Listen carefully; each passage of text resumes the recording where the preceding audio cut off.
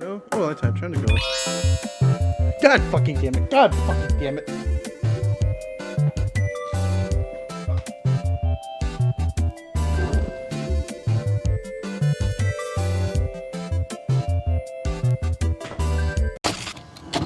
Hi, hello, and welcome. I am not dead yet, as you can tell, and I've come back from a pilgrimage to bring you, well, shit like that. But we have a little bit of a way to go before we go on our descent into badness, and we have a whole year of rust to shake off, so let's do a bit of due diligence first before we get into it, shall we? You know why you're here. And if not, I am so sorry. The Coffin of Andy and Lele is an indie horror game made in RPG Maker by Nemle and Kit9 Studios. The game follows the story of the titular Andrew Andy Graves and Ashley Lele Graves and their escapades through a world filled with conspiracy and occult happenings. Or at least, that's what it is, favorably speaking. In practice, this game's story is a bit of a mess structurally. I've made videos on chapters 1 and 2, so go check those out if you want my in-depth thoughts on them. We're only going to be glossing over them here. Chapter 1, The Coffin, sets up the dynamic of our two protagonists stuck in their apartment. Not a lot of plot-relevant things happen, but we do learn about some conspiracy going on in the world, as well as the past sin that our characters carry. When they were kids, Andy and Lele locked another kid named Nina in a box in an abandoned warehouse. We find out in Chapter 2 that Nina actually died from this, and the kids covered up her death, but Lele uses this to manipulate Andy into some sort of twisted subservience. At the end of Chapter 1, Ashley gets this dream trinket by summoning a demon, and is actually referred to as a tar soul, which will become relevant later. This trinket helps out once Chapter 2 starts, and the talisman lets Ashley see a future where they die, so she wakes up, gets Andrew to kill their would-be assassin, then go and kill the parents. Ashley gets a dream where Andrew kills her, they dispose of the bodies, and Chapter 3 finally begins. Again, this is a simplification of the events, so please check out my first two videos if you want more. With all that said, it's about high time we start looking at Chapter 3, Decay. The chapter starts, not with our titular heroes, but with this little fella. And this even bigger fella looking down on us. This entity, who for now is called something terrifying, calls us a grime soul, and tells us that we won't be of any use to him, but that we should try to surprise him anyways. Now, right off the bat, there are two things that I should bring up. The first thing is that this isn't actually the first time we can see this demon here. Back in Chapter 2, before taking out the assassin, you can bring Ashley back to the cultist area behind the shops, and Mr. Big and Spooky over here actually shows up. Now, I didn't actually do this for my last video, so I was going to replay a bit of the footage to gather some of this stuff, and I'm glad I did because I didn't know he was going to come back. The second, and more important part, is that this introduction overall is fantastic. After being whisked away somewhere by ST, the game already throws us into the first puzzle of the chapter, and it's actually pretty fun. This door over here's got a lock on it, and the only way to open it is to hop our little grimy body over each book, closing them to open it up. There are these erasers to help restart the puzzle if you mess up, but this puzzle is really good at conveying information to you so seamlessly that it's truly impressive. My biggest issue of the first two chapters was that they were severely lacking in the puzzle department, but now I'm already excited at the first puzzle here in Chapter 3. After going through a few rooms of book hopping, we end up in this weird room where there was a mural of 4 ghosts with masks on them. We can press these buttons here to change the faces of the corresponding ghosts, each one representing a member of the Graves family. Each face has to match each member, so dear old dad gets the blank expression, mom gets the pissed off attitude, Andy gets the face of indifference, and Lily gets a sad face, like she deserves. This causes these two ghosts to appear, and with a bit more problem solving, a third ghost, which means that now we can all sit together like one happy little family. ST then tells us that we're hiding something underneath the surface, and brings us to a different part of our minds, the demon worlds. Honestly, I'm not quite sure what's going on here yet myself, but it's safe to say that we're most likely Andrew, considering there was no green soul in the puzzle earlier, and now in this puzzle, Mom's watching out for us to step out of line, and Lele is drawing all over the damn wall, so it's more than likely Andrew over anybody else. This next puzzle has us completing different chores to pick up these keys. First up is picking up all these clothes for laundry, which is easy enough. The second key is obtained by being guilt-tripped by a student about some homework you can't do yet, which, felt. The next key you get is from cleaning up Lele's drawings and shattering her heart, so, net positive. Now that we have all 4 keys, We can take a look through these doors that are hiding behind my head. Yeah, this is why I don't do footage with camera anymore, but I felt like I should have for this game, for consistency's sake if nothing else. The first door holds an echo of a voice. The voice of Mrs. Graves telling Andrew to just bear with something. We can probably guess that she's talking about Lele, but it isn't actually confirmed. The second door is her telling him to just shut up and calls him unreliable, and the third door is just her straight up telling her child boo-hoo. And the last door is even more of her just straight up insulting her own kid, while also adding a fun little bit of self-pity to boot. After putting each of this knowledge onto this little board here, we get brought back to ST. He mentions something about a friendship and marking our souls so that we can call on him again. He also talks about us hatching, which we might talk about later, as well as give us some promised vegetables. Whatever that means. We're now back in the shoes of Andy, who's just getting back a test with a perfect score and some words of praise from his teacher. Just look how adorable this kiddo is with his face just beaming. Oh god, I just unironically said kiddo in my own script. I'm gonna choose to compartmentalize that for now. Back to Andy. The narration here really sets up how he feels about his current situation. It makes specific note about going places so far that you'd never have to come back. And with everything we've heard from Miss Graves earlier, it's not hard to see why he'd be thinking something like this. We then skip a bit ahead to lunchtime with the most classic pastime of all school lunches: Magic the Gathering. Unfortunately, or fortunately, depending on how you look at it, Lele shows up and stops the white player from tax evading their entire board by sitting next to Andy. I mean, there was a free seat right next to him, but maybe she's a mono black player and just hates white on principle. And just like a mono black player, she acts about as gross as you can expect. She then proceeds to call an actual member of the school faculty a yeah, I'm not gonna be saying that word without bleeping it, because I don't want to have that voice clip out there out of context. Not a lot much else happens in this bit, so we cut a bit ahead to the apartment, where Andy is trying to study, but Mother Dearest just kind of brushes it off and lets us know that we're going to go visit the grandparents. Unfortunately, Lele's stuck in detention, and it's here where we learn where she got her foul mouth from too. Again, what was it this time? Actually, don't tell me. But it was... Oh, fuck. Oh shit, she wasn't kidding. But just then, Lily decides to show up, bitch at Andy, and instead of Mrs. Graves, I don't know, being a parent, she just pawns it off to Andy instead, so now we have to go find her. This isn't really so much a puzzle as it is just following the little brat until she decides to chill out, but this proves something far more important that we'll get into a little later. And as if to add on to my point, when we come back, Mrs. Graves decides to berate Andy instead of Lele for acting out to begin with. We then cut to a car ride where we learn something I find very interesting. On the surface, this scene shows the reason for the next set piece. The Graves family are broke as hell and need to ask the father's parents for money. But what I find more interesting is how the mother talks to each other member of the Graves family. So Mrs. Graves here is, as we've already learned, a piece of shit. But I think it's important who and how she's a piece of shit too. You see, she's very caring to Mr. Graves. Hell, the whole reason why we're here going to the grandparents to begin with is because she doesn't want him to overwork himself. And despite all the brattiness Lele has, she constantly overlooks it and calls her sweetheart. But it's Andy, Mrs. Graves' firstborn child, and her better behaved one, that she treats with mild disdain at best and just solid contempt at worst. And I remember this being the opposite in chapter 2. It seemed like Andrew and Mrs. Graves had some sort of mutual respect, like begrudgingly so, but still some sort of mutual respect.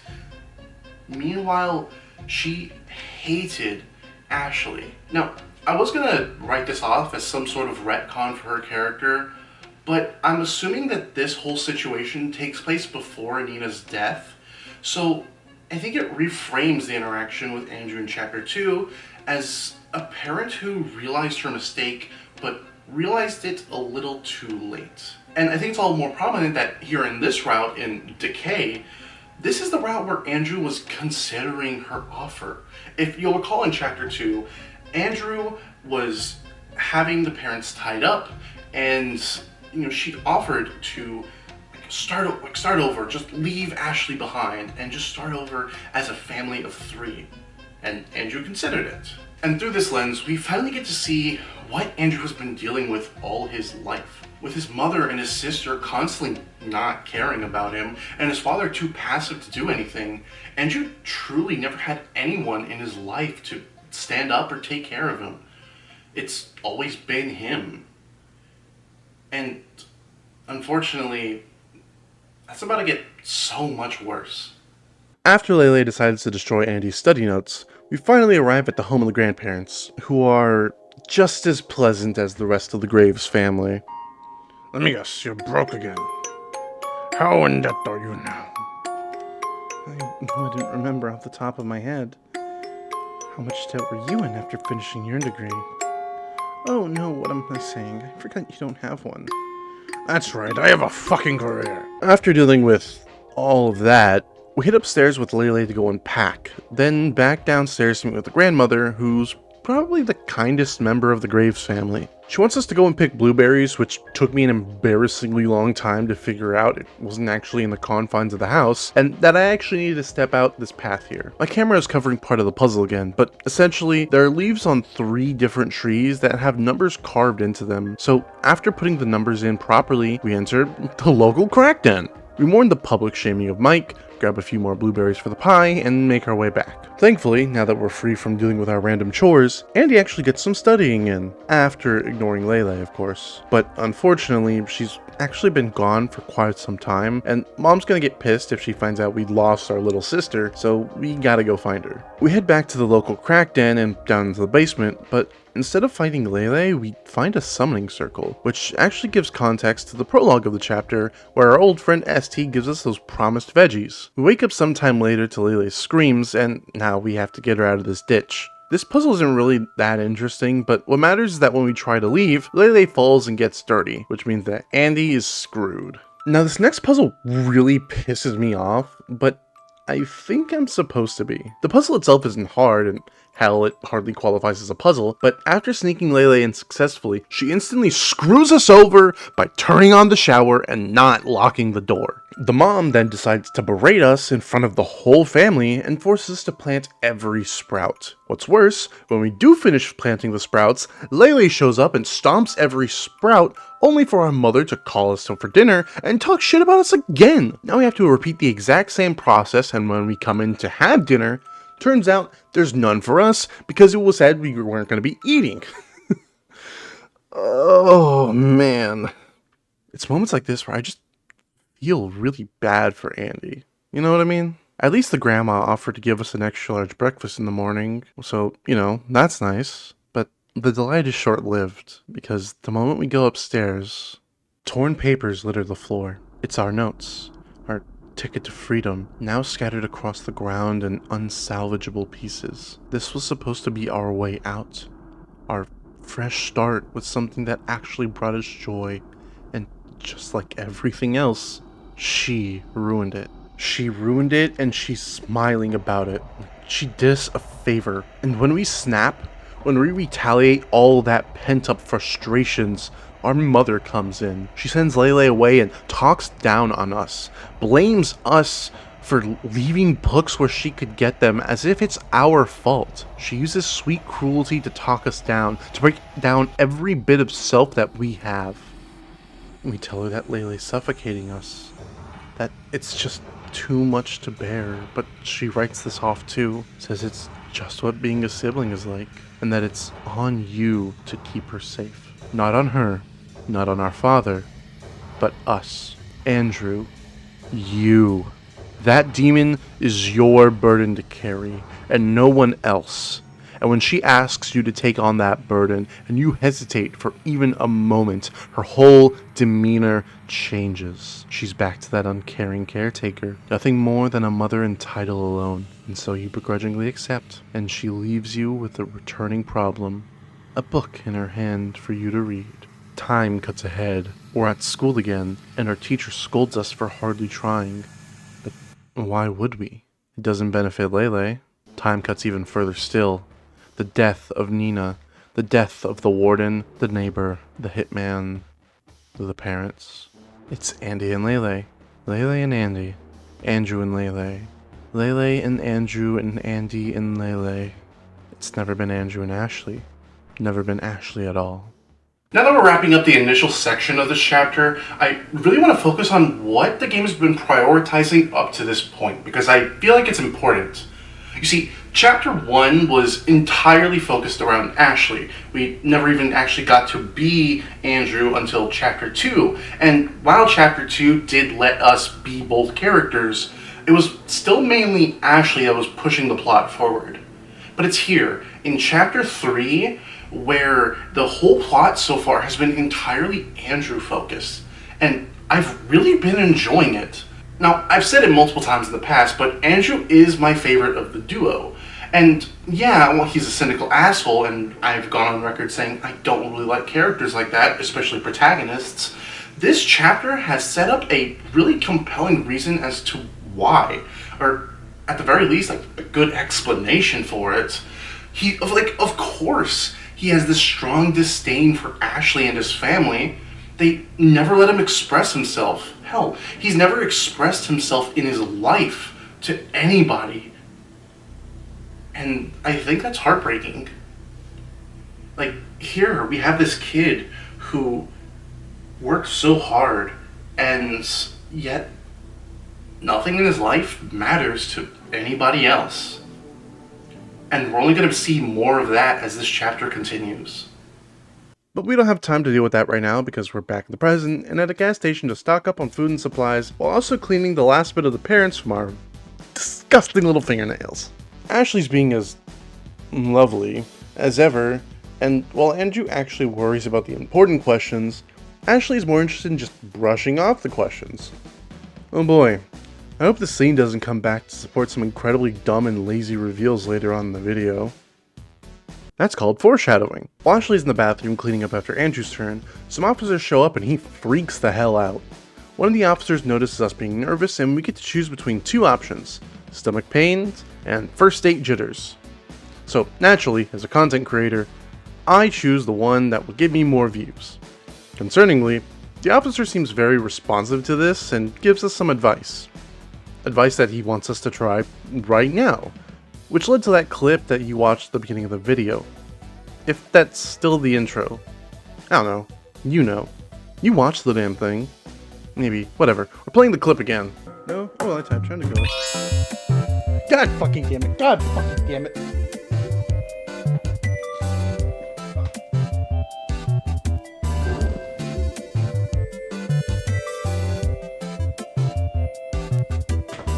Now, this next section took me an embarrassingly long time. Again. You know, I'm starting to sense a pattern. But after running around in circles in the parking lot for about 5 minutes, we get to the next puzzle section. This is your classic push block puzzle, and honestly, it's pretty fun. The puzzles in this chapter have been far more thought out and entertaining than the last two, but I do have a small critique here. You see these cliffs in the design here? In most games, this not only signifies that you can't walk past, but also that whatever you're pushing can't move past either.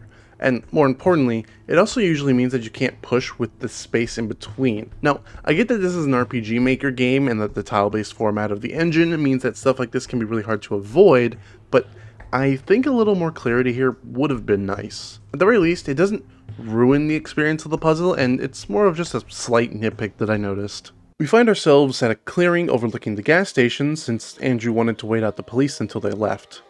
He sits down on the overlook as his mind is racing a mile a minute, worried about what to do. He could be fine, make new friends and couch surf until he gets a new life together, but Ashley would throw a wrench in every single one of his plans. And this scene where the world shifts slightly when she tries to comfort him is a wonderfully insightful look into Andrew's stress whenever Ashley's involved. Andrew is asking her for some time alone with his thoughts, just 10 minutes to clear his mind.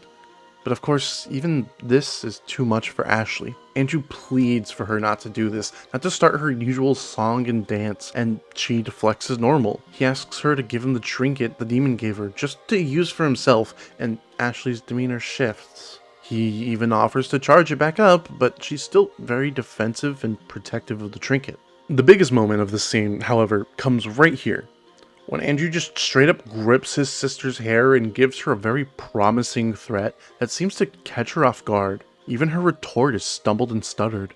She tells Andrew that she wouldn't mind Andy using the trinket, and that only upsets him even more, pushing back. Ashley reminds him that he told her he would be anything she wanted, and he responds that he was willing to be anything, that he had been humoring her his whole life, but the execution of the parents was just too far. She didn't let him think. She never does. Ashley told him that she just wants to help, and Andrew, in his most vulnerable and honest moment of this game thus far, asks her if she earnestly thinks he wants support from the most vile woman on earth. This scene on the cliff is genuinely fantastic. It does a lot to show where the Graves siblings are at this point in the story, and it leans into how they're naturally splitting apart because of their own toxic relationship. Hell, even when Andrew apologizes, both him and Ashley know that it's insincere, and Ashley just immediately shuts down the conversation. This whole moment is so incredibly well done that honestly it doesn't even feel like it was written by the same people who made chapter 1 and 2, and I'm genuinely excited to see where the story is going. You have to understand, these characters were either like angry, horny, or just bored, and now we're having actual conversations with proper depth in them. Am I the only one who's excited about this? The next scene keeps up with the quality, with the duo arguing in the car, offering a sort of conclusion to the fight from the clearing. The most interesting part, though, is here at the end. Andrew and Ashley sit in silence until Andrew decides to break it, clearly sensing that Ashley wants to say something on her mind. She tells him that he feels far away, and for all the poetic bullshit Andrew likes to spew in this game, I find it a little dumb that this is what he chooses to take literally. Despite this, though, he pulls his sister into an embrace and tells her that he's never stopped caring about her, even if he does think she's insufferable. But what comes next is certainly interesting. Andrew takes the trinket from Ashley and falls asleep, entering the dreamscape that Ashley finds herself in when she visits the demon. And sure enough, now Andrew's here too. Except while Ashley had a good reputation with this particular demon, Andrew's not exactly welcome and it tells us to leave. But we're no demon's bitch, so we keep making our way forward through the area and into the next puzzle room. This puzzle here is simple in concept, but man am I awful at it. The rules are simple. Walk over the flowers here and don't get caught by the grime souls, which, interestingly, the demon referred to Andrew the same way, proving the soul from the prologue was, in fact, Andrew. But back to the puzzle. My god am I awful at it. You see this room here? It took me like 7 or 8 tries. Hell, the game even offered to skip this section for me, which I didn't accept. A, because this wouldn't be a very good review of the game if I just didn't play said game, and B, because I have a bit of an ego on me. After this set of puzzles, we hear Ashley in the waking world complaining, although we can't seem to wake up to respond to her, so we have to go deeper and get to see my favorite joke this game has done thus far. Fuck yeah, it's a wooden plank! With across some balconies or burying kids, a wooden plank is all you need. Always at hand, even in a demonic dreamland. It is fate that draws wooden planks towards you. Got a wooden plank, oh my god! This next puzzle is rather simple and not very good compared to the previous ones of the chapter, but it's more for character than anything else. We see Andrew freak the hell out over what seems like a dismembered Ashley, but after rationalizing that probably someone else in her clothing, we can continue the puzzle. For all of 2 seconds before picking up Ashley's head, although now he chooses to rationalize this as just a dream or vision. You know, the logical thought. All that's left is to dig up her limbs and nothing. Nothing seems to happen, but while Andrew was busy being distracted by his own thoughts, this fucking thing showed up and took hold of him. It's Ashley, apparently. Because when we finally awake, Ashley tells us that she's the one who pulled us out, and she argues with Andrew, accusing him of being the person who cut her up to begin with. Andrew tries to protest, but Ashley brings up the dream from the parents' house in the last chapter, and she decides to take matters into her own hands, holding the cleaver against Andrew's throat. Now, the game gives us a chance to save here, which I'm only assuming means that this is a choice for a different ending, but as of writing this part now, I'm not too sure. Future me will know if and when we get to the ending section of this video. Hey. I'm not actually doing a proper ending section for this video. I think this chapter is really interesting, and I really think that you should give it a shot.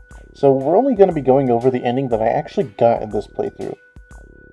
I also just kind of don't feel like playing through every single ending in this game. Sue me, okay? Okay, cool. Let's get back to the video. For now, though, we call ourselves Andrew instead of Andy, and defuse Ashley's threat by giving her the old Mo treatment. How the hell did I manage to bring up the Three Stooges in a fucking Coffin of Andy and Lele video? There's a bit more back and forth where Ashley calls Andrew Andy anyways, and then this happens. It's not that I'm trying to frighten you, Ashley. I'm giving you a warning. Don't scare me, Andy. Oh shit! He slapped the fuck out of her! Who? Holy fuck!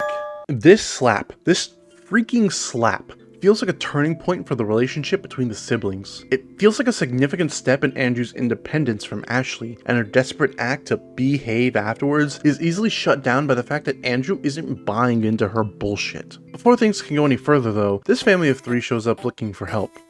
Oh, I'm sorry, did I say family of three? I meant to say a free charge up for the demon trinket. But before we do, Andrew picks up the phone and makes a call. A soft voice picks up on the other end. It's Julia. Ashley freaks out, but Andrew muffles her and stops any attempt for her to leave or end the call. She's surprised that he's alive, given the whole fire situation with the apartment from the last chapter. Andrew apologizes, saying she was right about Ashley, about how wretched he is without her, and that he took her patience for granted. He says all this while looking deep into Ashley's eyes, and the venom in every single one of his words is palpable, but he doesn't stop. Andrew goes completely mask off, verbally ripping into Ashley right there on the phone, and Julia sounds concerned, but also stands her ground that their relationship is over, that he's no longer a part of her life. Even her sister chimes in, asking if he's fucked his little sister yet. And his response? No, but I fucked yours. The conversation ends with Andrew telling Ashley that it's just the two of them, like promised, and she even responds by calling him Andrew instead of Andy, which is promising. As for this next section, it's a bit of a lull moment as we go through the Lost Woods from Zelda for a bit and set up the ritual from the sacrifice. Hell, even the game doesn't even bother giving these characters names or a proper story, so I'm not gonna either. We set up the site, bring them over, sacrifice their souls after some delay, cleave a child on accident, officer, I swear! Then make a quick escape into the demon realm, thanks to our demon buddy here. Up next is another puzzle-focused section, and say it with me now. This section took me an embarrassingly long time. Yep. What you're supposed to do is match these stars with their flowers, but what I failed to realize is that this chain still needs its star. What I thought needed to be done was just put the chain where the star would be, almost like a sort of simple logic puzzle, but no. What you're supposed to do is go back to the previous room, grab the star from there, and then put it on the chain to solve the puzzle. Thankfully this is only the second puzzle in the sequence, so it wasn't too bad, but with that out of the way, we take these stairs up, go back down the stairs to grab a handle for this moon crane, get lost on this other puzzle that had the answer posted above the door, then keep doing a few more simple puzzles until we reach the top of the tower. Once we reach the top, Ashley needs a bit of time to take a rest, so we sit down for a while to unwind. She brings up the idea of staying here in the realm between, but Andrew quickly shoots down the idea. After all, there's no food, no way to bathe or clothe themselves, and no way to take care if they get sick. It's also here where Ashley becomes oddly insistent on the incest jokes, and Andrew's taken notice and calls her out, telling her it makes him uncomfortable. When she tries to change the subject back to the task at hand, Andrew cuts her off and demands something serious from her. She once more tries to play it off as a joke, and even tries her usual approach of accusing Andrew of unsavory thoughts, but he pushes her back to arm's length and demands a straight answer once more.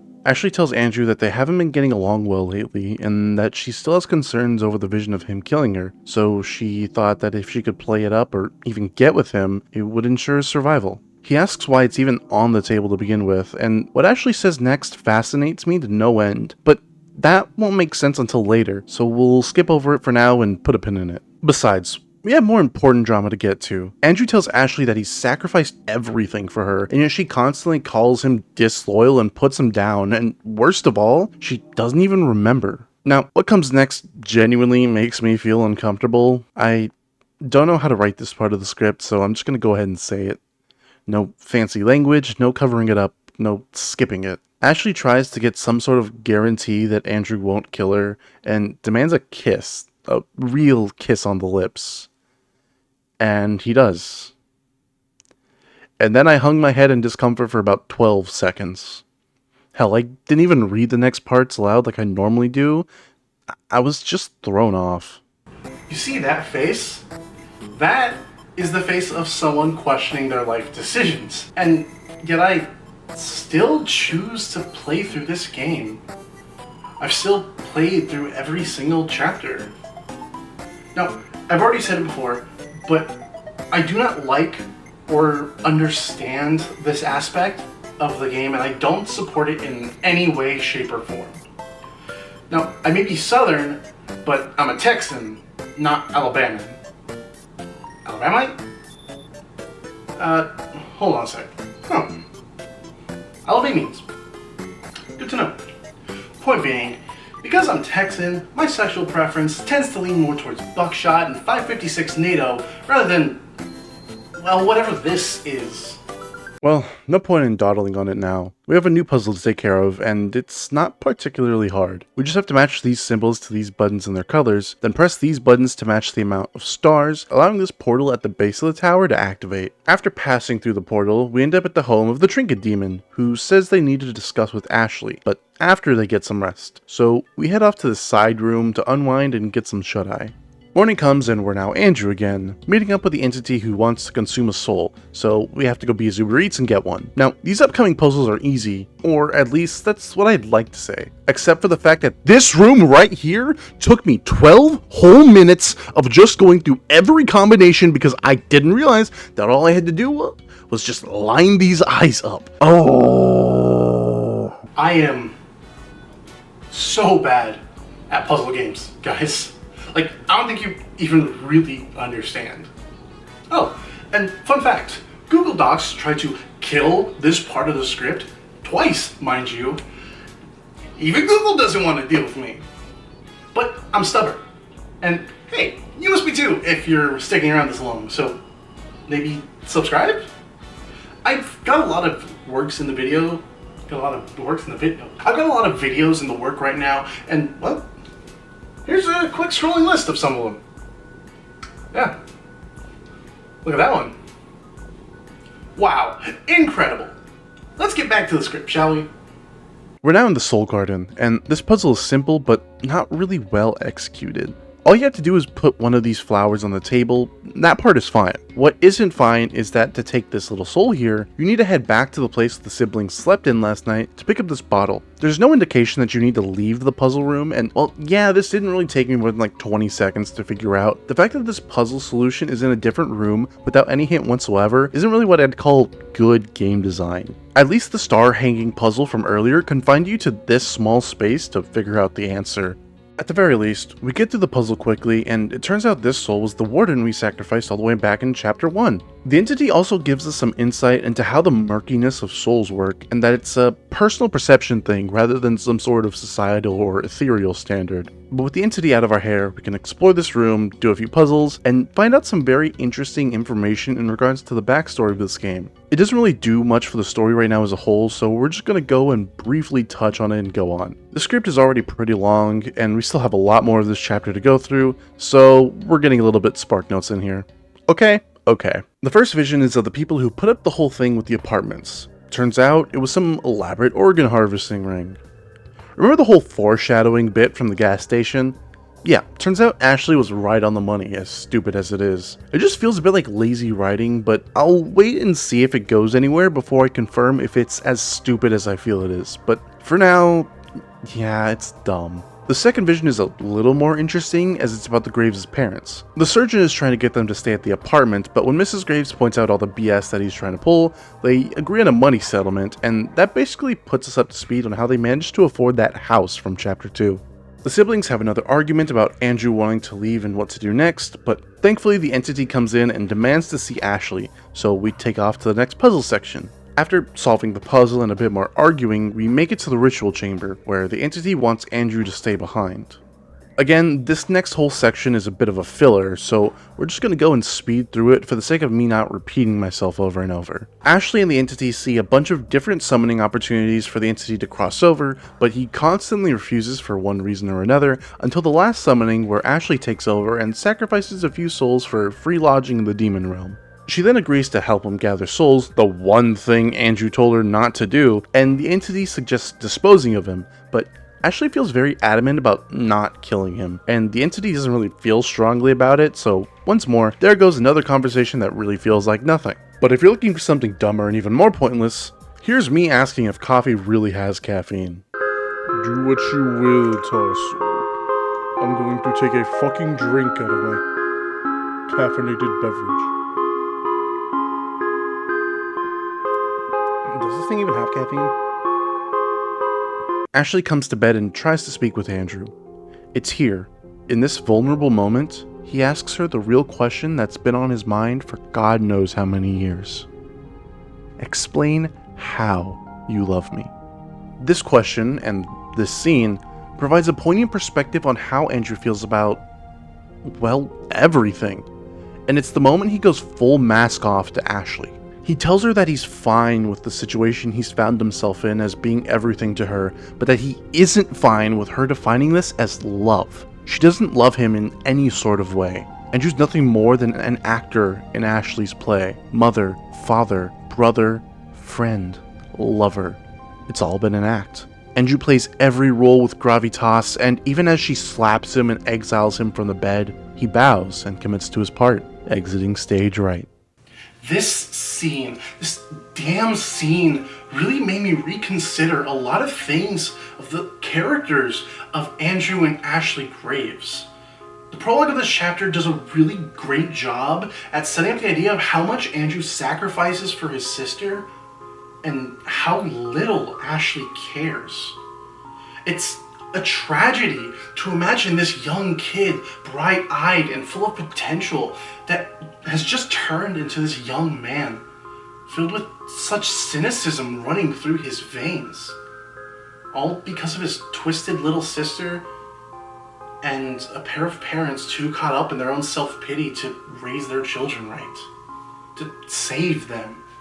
It's tragic, and it really does make me feel bad for the character of Andrew Graves. And honestly, even a little bit for Ashley too. Yeah, she wasn't the best, and yeah, she's incredibly toxic. But her parents never treated her with that level of respect. They were always brushing things aside and never reprimanded her when she needed it. And she always had her favorite actor on standby, ready to play whatever her heart desires. And in that, I think it's tragic. Andrew's stuck as this actor who can never truly be free, no matter how much the cost is to his well-being. Andrew's taken up slumber in the Soul Garden, except instead of sleeping, he spends it contemplating away about Ashley until the entity shows up. Ashley's fulfilled her part of the deal for escaping the police, and now it's Andrew's turn. After a bit of back and forth from him and the entity that feels kinda like reading terms and services, Andrew eventually agrees to go to the realm between and capture 5 lost souls that found their way out. So it's time for a solo Andrew adventure. We find ourselves in this puzzle room with no immediate souls to see, so we go and try to ring up the demon, but apparently something terrifying shows up. You know, the demon from the beginning of the chapter. Except he can't actually show up. The circle we drew was too small, and after ringing again, we call up the entity, he threatens us, and we resume the puzzle. The puzzle itself isn't very difficult, except for the fact that this tile here doesn't exactly show that it leads to another room, but it's unique enough around its terrain that I can give it a slight pass. We're eventually led into this other room with a summoning circle and a soul, ready for the bottling like finest of Coke. Unfortunately, the damn thing stole our floating petals, so we're kinda stuck here. With nothing left to do but to summon the entity, Andrew gets to work. Except instead of summoning them, he brings out ST instead, who insists on having met Andrew before, despite neither of them remembering each other. But to find out, Andrew is now brought into a kaleidoscope of his own mind. In the first unlocked room, there's a phone that will ring that will ask Andrew questions about himself. If you get them right, nothing really happens. But if you get them wrong, they actually explain quite a deeper layer of understanding than what Andrew is normally willing to share. The second question about family tells him that he can't love his family. He murdered his parents and assaulted his sister. And the third question about how his emotional range is limited to being bored and horny shows that he actually is quite the romantic and cares much more than he lets on. And I find this interesting because we really don't see the side of Andrew that much, but I think this is what Andrew thinks of himself more than anything. After all, this kaleidoscope is his own mind and memories after all, so I don't think it would be too far to stretch. And as a side note, I find it funny that the descriptions for this were bored and horny when I initially described the characters in chapter 1 like this. That being said, both Andrew and especially Ashley have basically two modes, apathetic and fucking horny.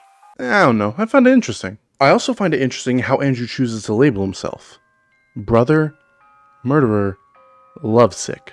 But key of all, he separates this from Andy.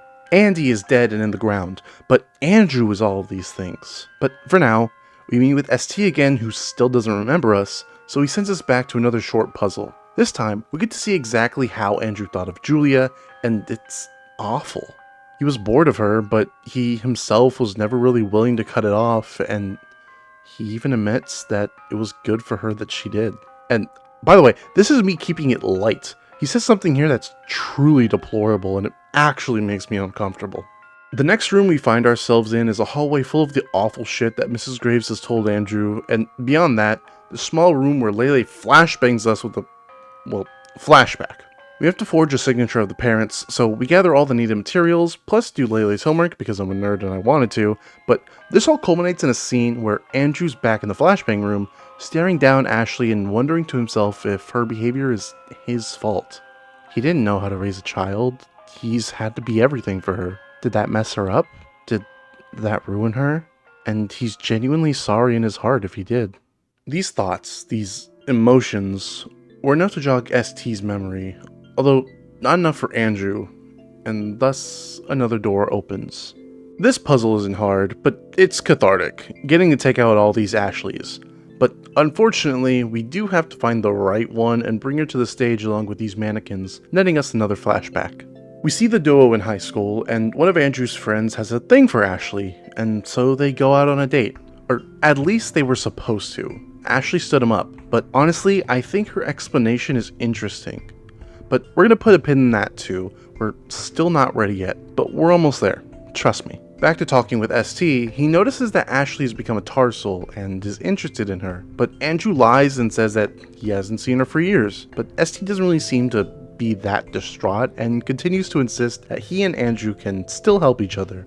He then forcibly opens up another memory, this time of high school after Ashley rejected Andrew's friend. Turns out, he's been spreading rumors about the Graves siblings fucking each other, but it doesn't really seem that he's the origin, but apparently Ashley's classmates. We tell our one good friend, and then walk off where we find Julia.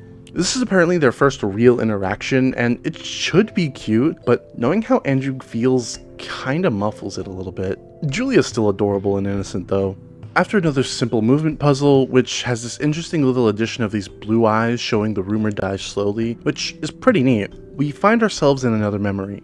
This time, it's of Julia asking Andrew to be a couple, and he affirms they are, but when he tries to tell Ashley, it's a lot more complicated. She throws a fit, calling Andrew a liar and tossing their room into a mess, so we have to go get a present. Honestly, this part feels a little bit contrived and tacked on, and could be done without. It feels like the developer wanted to pad things out a little and maybe squeeze in a puzzle. But after some more conversation with Ashley, the game's coolest puzzle begins. It isn't complicated or even hard by any means, and hell, it hardly equates a puzzle, but still. It involves Andrew watering these flowers and trying to prevent them from wilting, but meanwhile, these pink petals slowly encroach on the space. Now, this game's been very good with color correlation for its characters for the most part. Andrew's always been green, Ashley's always pink, and Julia has always been yellow. The flowers that we try to plant are yellow, and these encroaching flowers are pink, and they continue to sprout up and consume more and more of the screen. It's a really cool bit of narrative design that I hope the devs use more in the future. After yet another door opening, we get another flashback involving Julia, this time talking about the death of Nina. She wants to bring Andrew to her grave since she was thinking about going herself, and we can see just how uncomfortable this entire situation makes Andrew given his part in her passing. We have to go around and collect flowers for the grave while Julia has some alone time with Nina, and the slower rendition of Dream Dance, one of the game's better tracks, plays over it all. And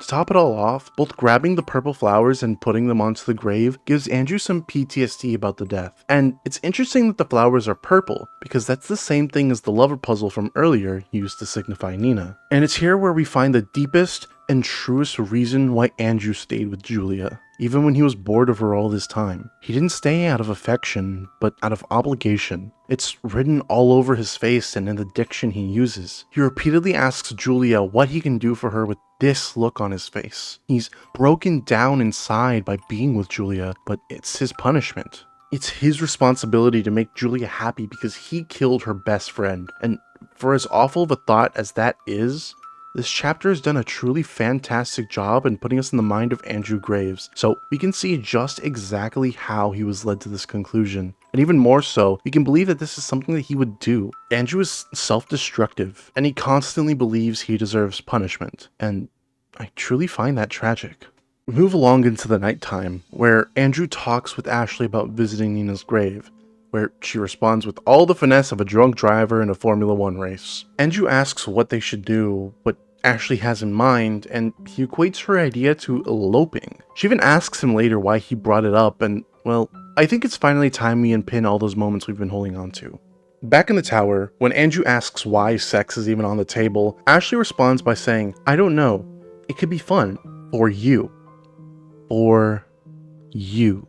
And later on, when Ashley talks about standing up her date, she describes it as nothing more than a hassle, and that she's only really going on the date because her classmates kept talking about dating boys and kissing. And now there's this moment right here, Ashley's words here, about how Andrew is just using Julia for sex and how if he wanted to marry Ashley, maybe she could get behind it. Taken on its own, this scene reads as Ashley just being dirty and into her brother, especially after the short puzzle where she teases Andrew, but I really don't read it that way. And it's because of the two previous scenes I saved until now. These three scenes, when giving context to each other, paints the character of Ashley Graves in a fascinating light that gives her some depth I honestly wasn't expecting at all. Ashley Graves is asexual. Now, I know that sounds stupid as hell. She's constantly whipping out dirty jokes and sexually teasing Andrew, but I really do think this is the case. She made a note back in the tower of specifically Andrew enjoying the theoretical sex between them, and while it could be seen as a simple jab, under the pretense of her being asexual, it can be taken as far more literal. The same reason why she wasn't interested in dating Andrew's friend, and why here in this moment, she's actively trying to talk herself into being okay with the concept of sex with Andrew, and it isn't because they're siblings. She doesn't bring up that concept once, but instead her words read as someone trying to convince themselves more than who they're talking to. Editor's note here. I specifically bring the fact that Ashley Graves is asexual, but I also say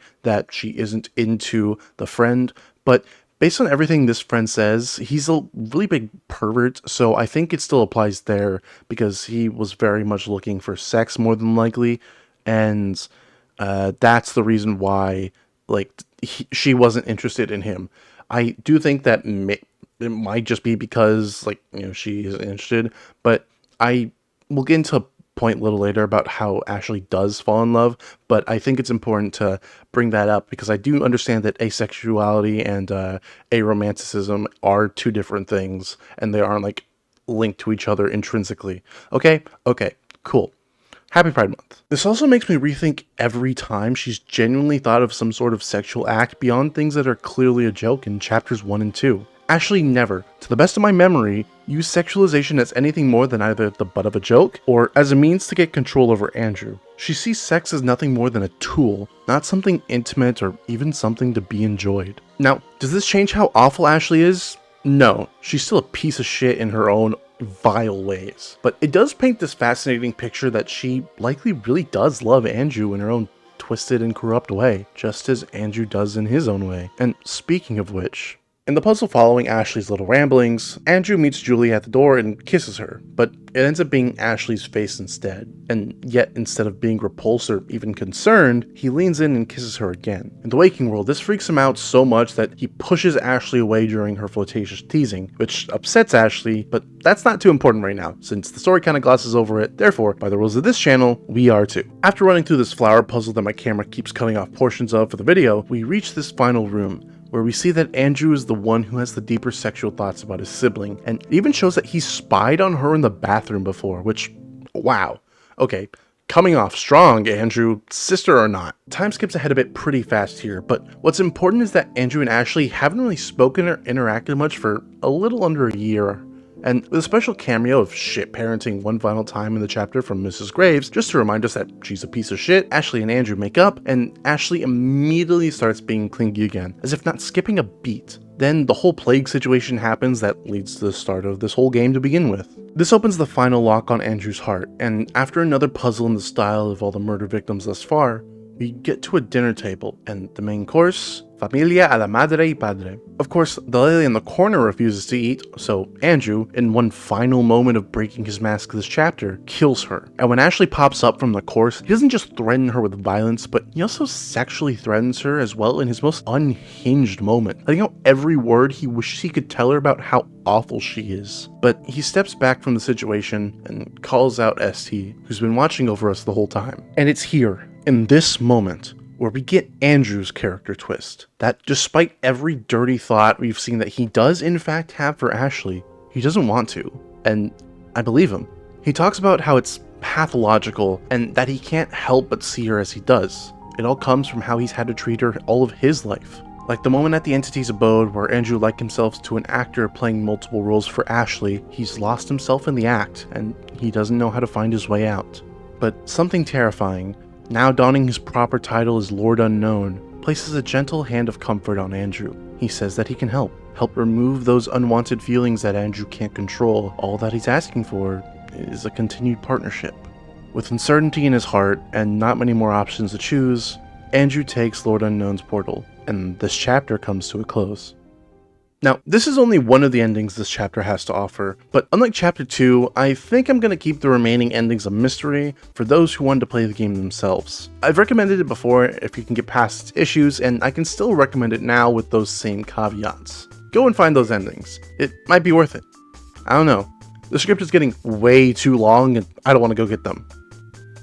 No, you can't make me. Roll the conclusion, quick! The Coffin of Andy and Layle's third chapter was incredible. The writing was spectacular and really drew me in. The puzzles were far more engaging than the previous chapters, and the twist involving each of the Graves siblings really made me consider this game in a new light. Now, I'm still vehemently against the whole incest thing, but I'll admit, they have managed to tell an interesting story with it about the mental degradation of an individual and how sacrifice erodes things in a way that can be truly haunting.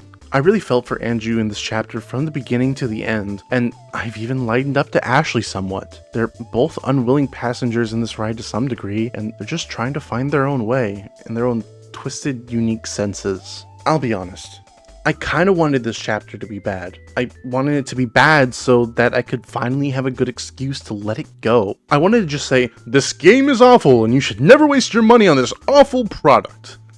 But this game is my Lele. My slice of the world that I can't seem to get off my mind no matter how hard I try. I hate to say it, but it just fascinates me to no end. The music is generally really good, and the characters keep getting more and more interesting as time goes on, and the story is building into something that I get more and more excited into seeing where it'll lead. I used to want to see Ashley get her just desserts, but now, well, now I want the Graves siblings to come to some sort of healthy conclusion, where Ashley learns that the world isn't her toy box and Andrew finally gets that independence that he's been slowly getting this entire game since chapter 1. So yeah, this game is my Lele, but honestly, I'm alright with that. Well, if it's not this game, then it's definitely Resident Evil 3 Remake. Can't stand that game, but love its gameplay so much.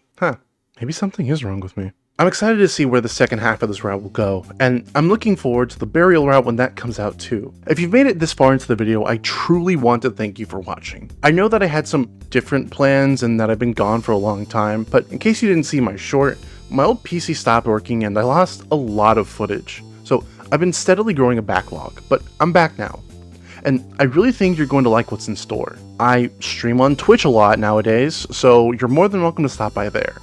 I also have a Discord if you're interested in joining the community, and I even recently opened up a Ko-Fi to try and buy Deltarune. I'm poor, please help me. Lastly, I really want to thank Yuzu for making this amazing thumbnail. She's a talented artist and you should really check her out. Her Twitter will be in the description below, and she's an amazingly cool person. Thank you again for watching, and I'll see you next time.